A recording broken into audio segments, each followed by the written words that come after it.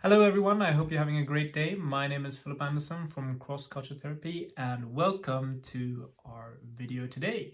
I usually answer questions about depression, anxiety, phobia, what else? Life dilemmas, relationship issues, motivation issues, and the like. So if you have a question, send it in to info@crossculturetherapy.com. For today's question, I actually got it from, there was somebody who sent me a question because they wanted to publish an article. I won't say in which magazine or whatever, but I sent them this answer. The question was about hopelessness. Are there different types of hopelessness? How do you overcome the different types of hopelessness, if there are different types of hopelessness, and the like. And I actually did some research beforehand, some extra research. I knew quite a bit, but I wanted to have something to write from. I thought it was better, and I've got it typed up here, so I'm going to refer to my notes as I'm speaking to you. But the long and short of it is that there are actually 9 different types of hopelessness. This actually comes from a book. What was the book called? Let's see here. How to overcome anxiety or something like this. Hope in the Age of Anxiety. That's where this came from originally. And the authors of this book hypothesizes that there's 9 different types of hopelessness: alienation, forsakenness, uninspired, and then there's powerlessness, oppression, limitedness, and let's see, doom, captivity, helplessness.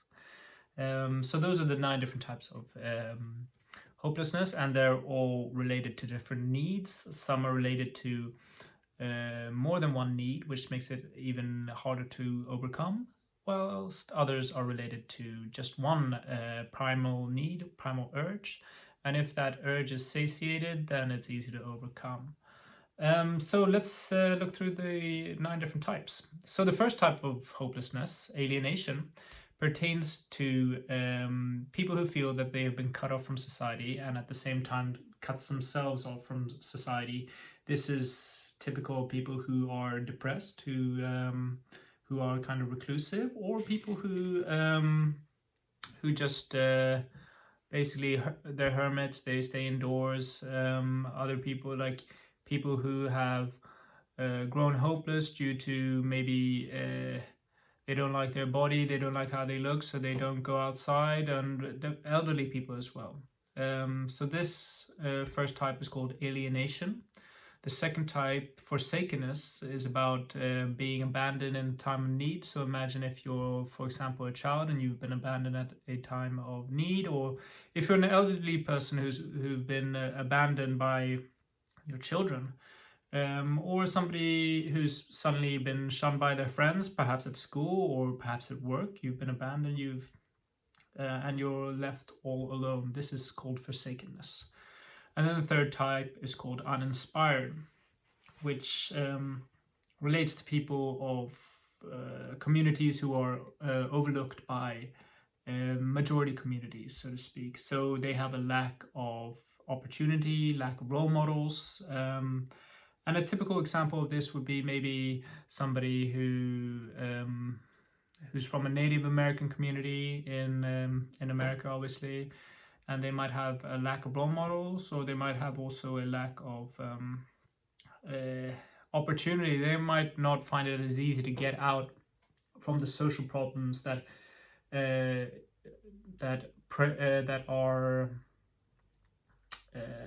exist for that social group, and it might be hard for them to get to the same level as other Americans, and therefore they find themselves in a feeling of hopelessness that is related to being uninspired. They have no hope for the future, so to speak.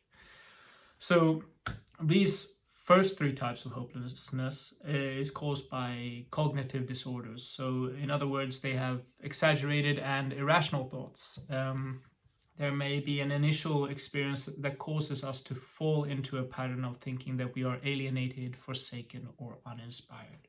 And this type of thinking often snowballs and gets even worse. It seldom goes the other way around. So the way to overcome these first three types of hopelessness is to actively train your brain to see the opposite of what you're telling yourself. So if you're telling yourself that you don't have any opportunities, then you have to spend, and this is going to be quite hard and takes a lot of effort, but you're going to have to spend the whole day, every day, for a long period of time. It usually takes maybe 12 days to train into this kind of way of thinking, to look for things that tell you that you have an opportunity in life, that you have a choice, that you don't have to do what other people tell you to do, or that you don't have to go down a certain path which is going to lead you into alcoholism or is going to lead you into criminality. You can choose another path, you can see something else. So kind of look for the things that tell you the opposite of what you believe. And the same goes for forsakenness. Have you really been abandoned? Are you abandoned by everyone, or have you just been abandoned by one person? Have you been ditched by just one person, or have you been ditched by everyone? And the same for alienation. Are you really alone? Is there actually no one in your life, or is your grandma around, or is your mom and dad around, or does your neighbor say hi to you? Is there actually no one in your life, or are you just telling yourself that there's no one in your life? The sad case may be that it may be true that nobody is in your life, that you don't have any parents, that you don't have any grandparents, that you don't have any neighbors, that you don't have any friends or co-workers. But there's a very small chance of this, first and foremost. You can also work towards breaking that pattern. But so for the key for the first three types of hopelessness is to train your brain into thinking the opposite of what you are thinking. This can either be done by yourself. It's going to be a lot harder, or it can be done through therapy sessions. And if you want one of those, just go to www.crossculturetherapy.com, click on Book a Sessions tab, and book a session with yours truly at a time of your choice. We are exclusively online, so they can be taken from the comfort of your own home. So moving on to the second of the three, or what am I saying? The second three types. So the fourth type of hopelessness is powerlessness. This pertains to not being an active participant in decisions regarding your life. A lot of young adults, maybe people between the age of 11 and 18 may feel powerlessness. A lot of people who are maybe they are working with a boss who has chosen to send them to another country, or has chosen to move them to another office, or give them a job that they in the same company that they didn't really like. So there are a lot of different scenarios where you feel powerless. So this is definitely quite a normal feeling of hopelessness. The fifth type of hopelessness is oppression, which relates to the experience of having one's rights systematically stripped away and the feeling of being downtrodden. So this could obviously apply to minority groups, obviously apply to people who are living in oppressive regimes, or also people who maybe live in families, very patriarchal families, very traditional families, or very kind of families that have been that kind of maybe have been so indoctrinated by a certain way of thinking that they push their children into certain situations that they don't like, and they kind of take out their anger on the children as well. So oppression can definitely be experienced within families as well. The sixth type of hopelessness is the feeling of limitedness. This relates specifically to poor people and people suffering from physical disability, but can also be felt by the able-bodied. It pertains to feelings of not being capable of achieving that which is expected of oneself due to mental or physical deficiencies. So, for example, if you've been injured and you're suddenly in a wheelchair and you're not able to do the things that you used to do. You're not able to go where you used to go, or you're not able to maybe see the places that you dreamed of seeing. You can't climb Mount Kilimanjaro if you're wheelchair bound, or at least I don't think so. Maybe there's somebody who has. I hope there is. Same goes for people who, and this is very sad actually, people who do not have the mental capability of maybe average people, and they find themselves in situations where they've been asked, what is asked of them is at a similar level to average people. So they might be in a work situation, or they might be just trying to navigate society in some way, take the train, and they're just not able to. This is a feeling of limitedness that actually exists quite a lot in society, and it's very sad to. But it's also reality. So those types of hopelessness: powerlessness, oppression, limitedness. They are also a cognitive distortion. I think you're starting to see a pattern here, and they can be overcome in a similar way to the previous three types. A good method of overcoming this would be to actively list positive attributes of achievements, such as if you've gotten a new job or you passed an exam, things that are telling you that you are not that living under oppression, that you maybe have some sort of role in your life, that you have choices. Was I able to choose what I wanted for dinner, or was I able to choose where to go and play today, or something like this. For those who feel hopeless due to oppression, it is important to consider the causes of the negative emotions associated with the feeling of hopelessness. So, for example, you ask yourself, why am I angry? To stop you being self-critical when reacting to oppression, I wrote here, which I don't really understand what I was saying. Oh yes, okay. Well, people who feel hopeless, they a lot of the times, or feel hopeless due to oppression, a lot of the times they blame themselves.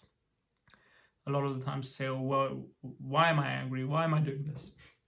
And they become very self-critical, and they say, oh, well, stupid me, I shouldn't have done that. Whereas the fact of the matter is that there's somebody who has made them think this way. There's somebody who has also pushed them into a situation where they might have done something wrong, and they shouldn't be that self-critical. So it's, again, here we're training the mind to be less self-critical, to break thought patterns. This is classic cognitive behavioral therapy for you. So moving on to the last three types. The seventh type of hopelessness is doom, which relates to strong feelings of life being over due to, for example, old age, physical disability, financial ruin. This kind of relates to limitedness. If you're getting old, for example, if you're retired or if you're 80, you're thinking, okay, well, will I ever take that trip to Hawaii that I told myself that I would, or will I ever achieve these dreams? Doom can be felt when you're very young as well. It can be felt like a lot of what is associated with people who are going through a midlife crisis. That is feelings of hopelessness related to doom. Oh, well, I'm 45. I never became a professional football player. Or I never became that movie star. Or I never became that world-renowned chef. Is it too late to do that now? Should I change? Well, maybe I need a change now. And then they do something drastic, a drastic change that their whole family kind of reacts to in a negative way. And that is a classic midlife crisis for you. The eighth type here is captivity. So it relates to physical or emotional captivity, such as people who are imprisoned or stuck in bad relationships. So hopelessness, being stuck in a bad relationship, being physically abused in that relationship, or even just a poor relationship, a relationship that you're not satisfied with. Somebody that you're thinking, okay, well, I was together with this person for maybe 2 or 3 years, and now we've got a child, and now I've been and now I'm gonna have my whole life with this person, and they're not even that great to talk to. We don't have that much in common. He likes this or she likes this, and I don't really like this. And what are we gonna do in the future? And all this kind of things. So a lot of people, I would say actually maybe the majority of people who are in relationships feel at some point in their lives hopelessness related to a sense of captivity. The ninth and final type of hopelessness is helplessness, which describes how people feel when they are not able to defend themselves from bad actors in their environment, or when they have had the ability to, or let's see what I wrote here, or when they have had the ability to defend themselves taken away from them. So this is a classic. If you're one really good example which came to me just now is, for example, when you're driving a car and then you maybe realize all of a sudden you're out of gas and you're by the highway, and then you realize you dropped your wallet somewhere, or you drop your keys or something like this, and you don't know what to do, and you don't have a phone. All of a sudden you don't have any way of actively participating in your own rescue. You're left to the whims of the world, and you're suddenly feeling helpless. So this is a classic example of helplessness. So the last three types differ from the previous six types in the way that you can overcome them. So the last three types of hopelessness are caused by jumping to conclusions, and can be overcome by inspecting the evidence and trying to prove the contrary. So it's a little bit the same, but what we're thinking here is that instead of like being stuck in a negative thought pattern that has just come up again and again and again due to events happening in our life previously, this is something that has happened now. In the case of doom, okay, I was retired, I have retired, okay, I'm feeling really bad about myself. Or in the case of captivity, okay, well, I'm stuck in this relationship, how do I go forward? Helplessness, okay, well, I lost my keys and I'm out of gas and I don't have a phone and I don't have a wallet, what do I do? This is something that has happened in this very moment, and it's not inspired by things of the past. So what you kind of got to do here is you got to train your brain again to think about things that are opposite to what you deem is reality. Okay, well, so if you're thinking of that your life is ruined due to old age, due to you being 70 years old, and you're wondering if you can go to Hawaii or you can go to all these different other countries and other places, then to really ask yourself if you're actually just overreacting, or if you're or if this is true. Ask yourself if in that case as well, as well, do I have to go to this place? Do I have to go this far and travel this far? If I don't actually have the money to go to that place at this old age, does that actually mean that my life is worthless? Can I find something that is worthwhile in my immediate environment here? Or can I just travel maybe down the road and see something great and something beautiful that inspires me and inspires me to live on? And in case of captivity as well, is that you kind of get very narrow-minded when you think about your relationships. Okay, so if you're hopeless, if you're feeling hopeless because you're stuck in a bad relationship, then really kind of you got to reflect very strongly if you are looking at simply the bad things because you have been pushed into a long-term commitment, or if you are actually seeing the truth for what it is. Okay, so maybe the fact of the matter is that you realize that this relationship is bad, but you've done it at a very late stage. If that's the case, then you got to take action.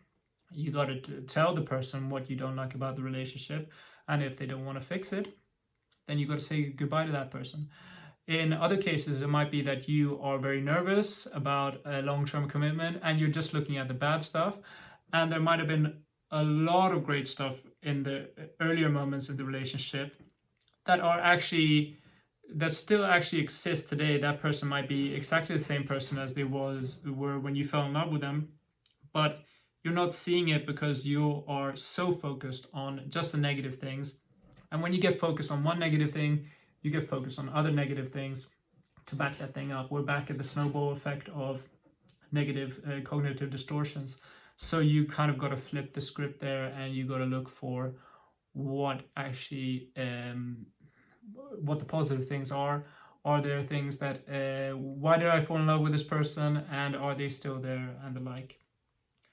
I hope this video has helped you. I waffled a bit towards the end. I got a little bit tired. I'm sorry about that, but if you did like it, please give it a thumbs up. We're on YouTube as well. I'm going to throw this one up on Facebook. Go over to our Facebook page and like us there. We have links to articles, links to quotes, and links to all other great stuff there. And you're going to get also great deals on our session packs there as well. So make sure to subscribe or like our Facebook page. We have over 8,000 people liking us there.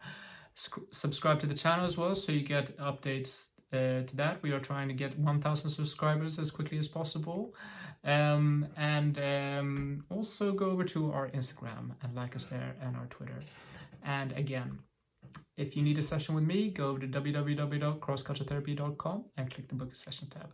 I hope you had a great day, and take care of yourself.